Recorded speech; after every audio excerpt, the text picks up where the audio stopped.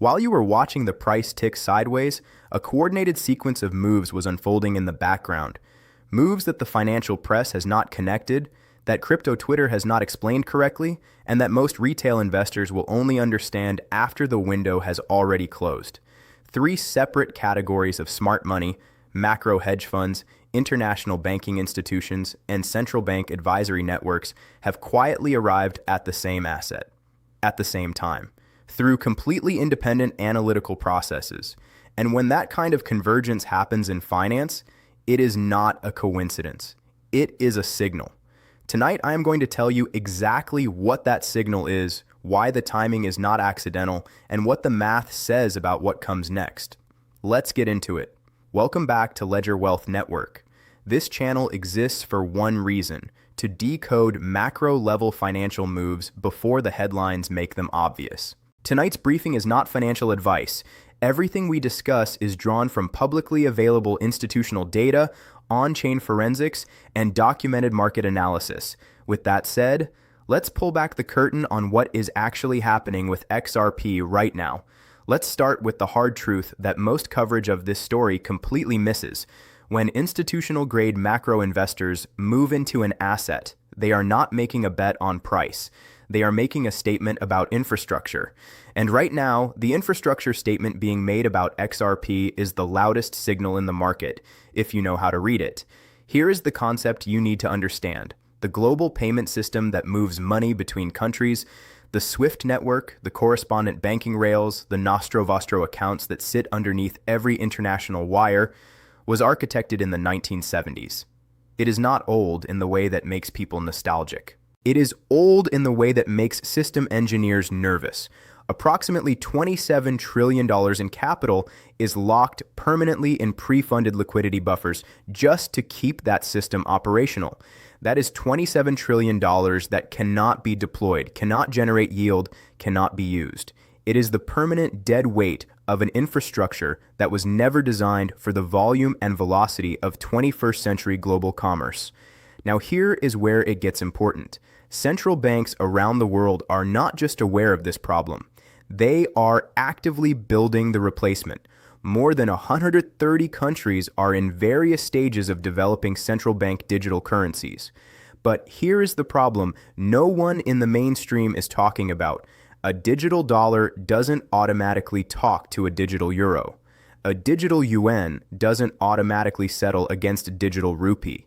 The CBDCs themselves create a new interoperability problem, and they need a bridge layer to solve it. The bridge layer is not a theoretical concept. It is an infrastructure requirement, and the XRP ledger was built from the ground up to be exactly that: a neutral, currency-agnostic settlement layer that does not require participants to abandon their existing systems. It plugs into them. It connects them. It settles between them in 3 to 5 seconds at a fraction of a cent per transaction. That is not a cryptocurrency story.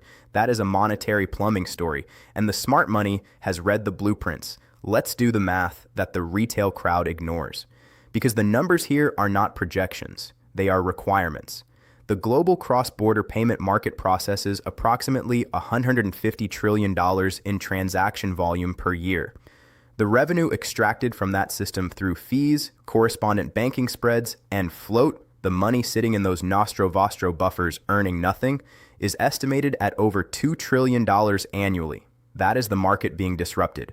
Now ask yourself this: if XRP captures just 1% of that settlement volume as the bridge layer, not 10%, not 50%, just 1%, what does that mean for the asset? 1% of $150 trillion is $1.5 trillion in annual settlement flow. At current prices, the liquid supply of XRP is not large enough to support $1.5 trillion in annual transaction throughput without significant price appreciation. The math is simple. Higher throughput demand on a constrained token supply means the price of the token must rise to provide the liquidity the system needs. This isn't speculation. It is a design requirement. The utility function of the asset demands it. The supply structure makes this even more precise. XRP has a fixed total supply of 100 billion tokens. Roughly 34% is held in programmatic escrow with a release schedule that institutional buyers can model to the month. On-chain data from CryptoQuant shows exchange reserves sitting near multi-year lows, meaning the tokens available for immediate purchase on open markets are a fraction of the circulating supply. Every month that institutional allocation continues without a corresponding supply increase is a month the free float gets smaller. And here is the number that brings it together. XRP spot ETFs attracted $483 million in inflows in January alone. If that pace holds through the year, ETFs absorb approximately $5.8 billion in XRP before December. That capital is not trading. It is not cycling. It is locked in institutional custody.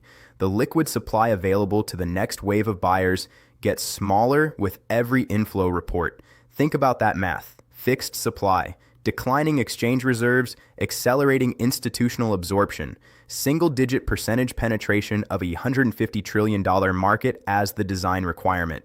This isn't a Moonboy fantasy. It is arithmetic. Here is where it gets impossible to dismiss. Ask yourself this brutal question. Does Goldman Sachs build a position without running the full legal, compliance, and fundamental analysis? Does Standard Chartered publish a price target without proprietary knowledge of how their own institutional clients are evaluating the technology? These are not firms that chase retail narratives. They do not move on rumors. They move on analysis, the kind of analysis that takes months and costs millions of dollars to complete.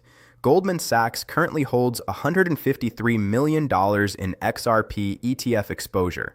That is not a speculative hedge. That is a calculated institutional position built after their risk and compliance teams signed off on every layer of the thesis. Standard Chartered, one of the world's premier institutions in exactly the cross-border payment corridors that XRP is designed to serve, has published a price target of $28 by 2027. Standard Chartered does not publish targets for retail investors.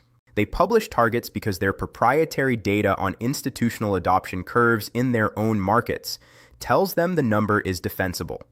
Archie Invest, using adoption curve analysis applied to the total addressable market for digital settlement, has published intermediate targets in the 12th range with longer-term outputs that extend significantly higher depending on CBDC integration rates. 3 institutions, 3 methodologies, 3 overlapping target ranges, converging in the same time window, and now overlay the macro signal. The global macro investor framework, the same analytical approach that called Bitcoin below $1,000, that called institutional adoption years before the BlackRock ETF, has now publicly identified XRP as the instrument that captures the bridge layer value during the Great Monetary Transition. That framework does not move publicly until its private conviction threshold has already been crossed. While retail investors are staring at weekly candles and debating support levels, the architects of institutional capital are signing custody agreements, completing compliance reviews, and building allocation positions. They are not buying because the price is going up. They are buying because they have done the analysis, and the analysis says the price must go up to fulfill the function the system is being built to require. The smart money doesn't FOMO, it positions. And it is positioned. Here is why the timing of everything you just heard matters. This is not a thesis that has been sitting idle. It is a thesis that is reaching the convergence point of its catalyst calendar right now. The Digital Asset Clarity Act is targeted for markup in the second half of April. If it passes, XRP's commodity status moves from regulatory interpretation to permanent federal law. That removes the last remaining compliance objection from the most conservative institutional allocators, the pension funds, endowments, and sovereign wealth funds that need legislative certainty before they can deploy. The first precondition was regulatory clarity. The second was ETF infrastructure. Legislative codification is the third and final gate. April ETF flow data publishes in early May. If inflows have accelerated from January's pace, and on-chain signals suggest they have, that publication becomes the proof of concept that the institutional wave is not approaching. It has already begun.